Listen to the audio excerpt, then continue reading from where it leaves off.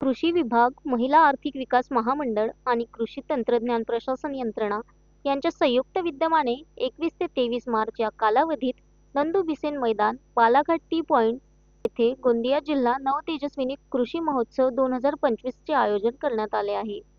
हा महोत्सव सकाळी 9 ते रात्री 9 या वेळेत सर्वांसाठी खुला राहणार असून यामध्ये बियाणे, खते, कीटकनाशके, आधुनिक कृषी उपकरणे, महिला बचत गटांनी उत्पादित केलेली उत्पादने, ड्रोन फवारणी, घरगुती वस्तू आदींचे 150 स्टॉल्स लावण्यात येणार आहेत।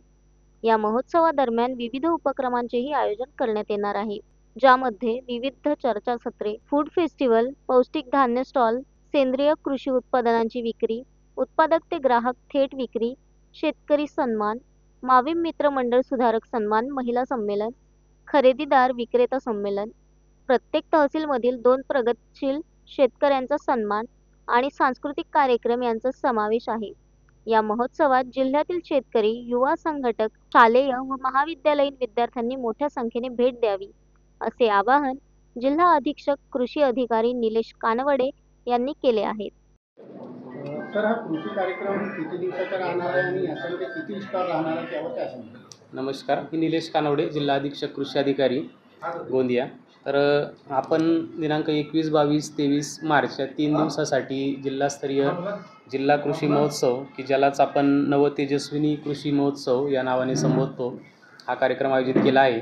सदर कार्यक्रम हा 3 दिवसाचा आहे। 21, 22 आणि 23 मार्च, शुक्रवार, शनिवार आणि रविवार असे हे 3 दिवस हा कार्यक्रम राहणार आहे। या कार्यक्रमामध्ये साधारणतः आपण 150 स्टॉलचं नियोजन केलेलं आहे। यामध्ये 30 ते 40 स्टॉल हे शासकीय विभागांचे विविध योजनांची माहिती प्रदर्शित करणारे स्टॉल असतील। त्यानंतर 40 ते 50 स्टॉल हे व्यापारी स्टॉल असतील। त्याच्यामध्ये विविध यंत्रसामुग्री, अवजारे, ट्रॅक्टरचालित अवजारे असतील। त्यानंतर ड्रीप, ठिबक, तुषार संच यासंबंधी नवनवीन तंत्रज्ञान जे आता आलेलं आहे त्यासंबंधी स्टॉल असतील। त्यानंतर फवारणीसाठी जो ड्रोन सध्या आपण बाजारात इंट्रोड्यूस करतो आहे तर त्याचे काही स्टॉल असतील। या व्यतिरिक्त खतं, बियाणं आणि औषधं याचे स्टॉल आपण त्या ठिकाणी लावणार आहोत। या व्यतिरिक्त आणखी 50 स्टॉल आपण हे महिला बचत गटांचे स्टॉल लावणार आहोत। त्याच्यामध्ये त्यांनी उत्पादित केलेले विविध उत्पादनं त्या ठिकाणी ते विक्री करू शकतील। अशा पद्धतीने एकूण हे 150 स्टॉल त्या ठिकाणी आपण लावणार आहोत। सर, किती शेतकरी येतील तुम्हाला असं काय वाटतं? साधारणतः आता आमचा अंदाज आहे की रोजचे 30 ते 40 हजार शेतकरी त्या ठिकाणी व्हिजिट देतील। त्या पद्धतीने आम्ही नियोजन केलेलं आहे। Sunil Kawade, the sting operation news, Gondia.